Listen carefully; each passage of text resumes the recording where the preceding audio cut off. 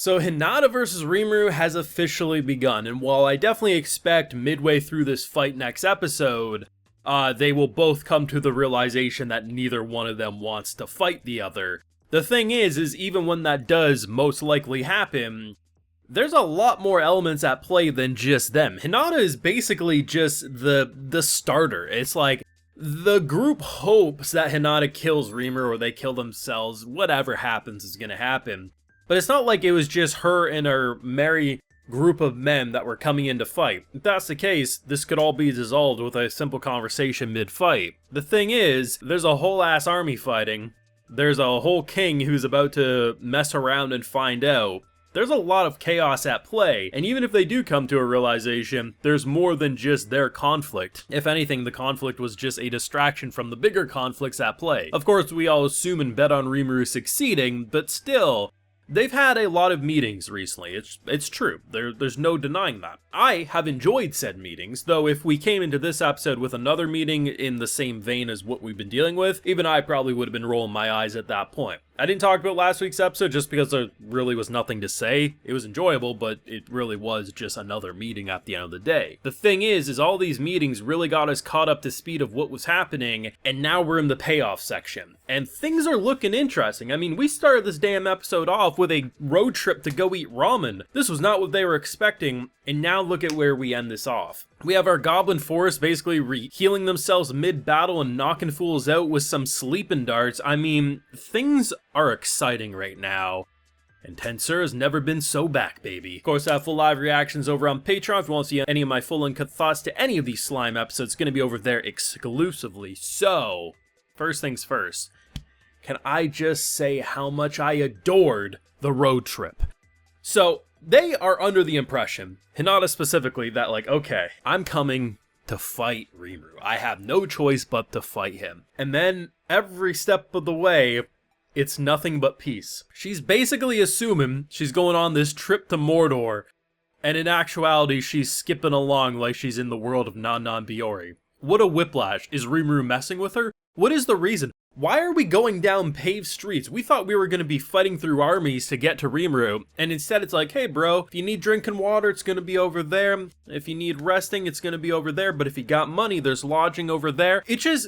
It's funnier the longer you think of it, because just imagine being so conflicted like, okay, Rimuru seems like he generally wants to get along with humans. And he wants to make demons and humans coexist, monsters, whatever. Like, just have a peaceful harmony. Why is he trying to throw hands with me right now? Is it because I attacked him and he wants simply revenge? I guess I could understand it, but it just feels like it's conflicting. Walking through a kingdom, an area, right, that they're like, why do they have such fancy clothes? This insane weaponry, stuff that probably only nobility would be able to purchase where they're from, but the general farmers and common folk can do it in their day-to-day market activities. Hinata thinking she'd never taste ramen again.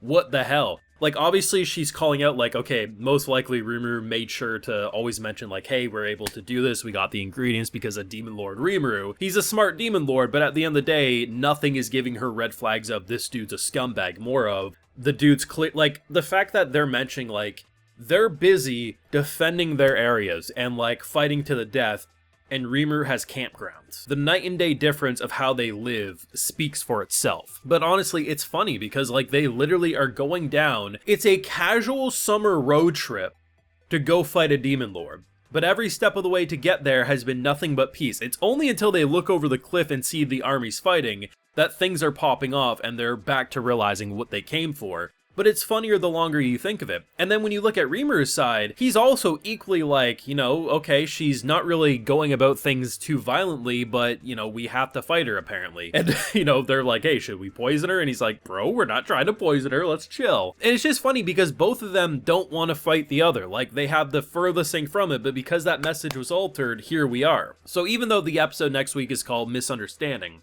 you have to assume that's about Rimuru and Hinata, which the entire episode I realized most likely they have to fight, right? Like, you just have to have round 2 just for the chaos, and especially because they've been manipulated into the situation.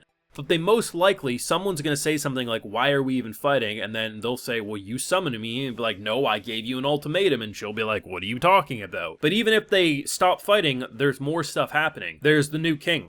There's the stuff with the robed bastards who kind of organize everything from happening. That no matter what, chaos still happens even when they stop.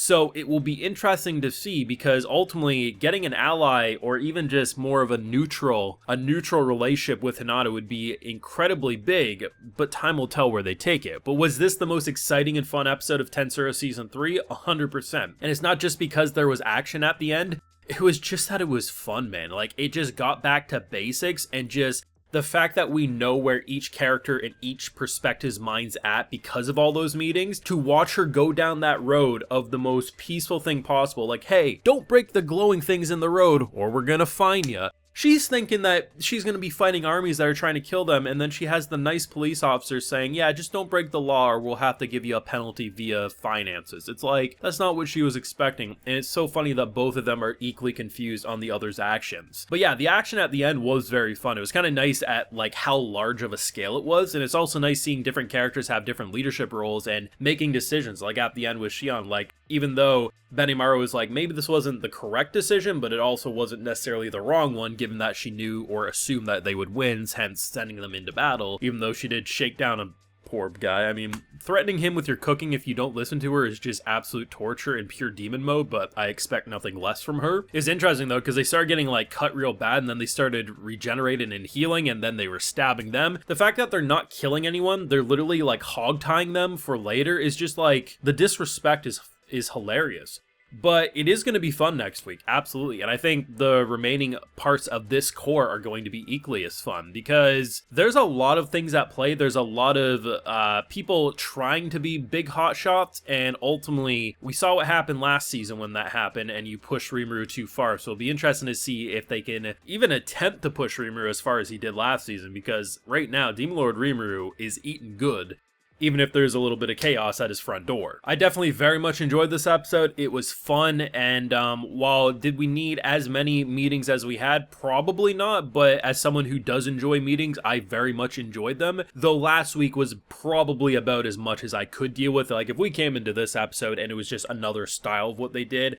at that point even I would have had to say enough is enough, but you know, I get it. You know, not everyone's as into them as me, and honestly, after a few of them in a row, I can kind of see where people are coming from, and obviously when you read it in light novel form, and maybe you can read faster so you can process things differently, but at the end of the day, I think the meetings allowed for this starting moment to really feel more impactful, and now we're kind of caught up to speed where everyone wants to go, so hopefully the rest of the season is just going to be entertainment gold. Mixture of stuff like Slime Diary style content, Slice of Life style content, funny content, or, you know, the craziness that we got at the end. But let me know what you thought down below on this latest episode of Slime, and what do you hope to see with the battle next week. Be sure to leave a like if you enjoyed, subscribe if you're new around here, of course, ring that bell so you can notify when I upload more, and like I mentioned, got those full live reactions over on Patreon, and hey, while you're over there, I'll also give you a video shout out. So today we have Searcher7, Rocket No 9, Ruben Sinha, Keith, and Jodhus. So I appreciate the support, everyone. Please take care and have a good one.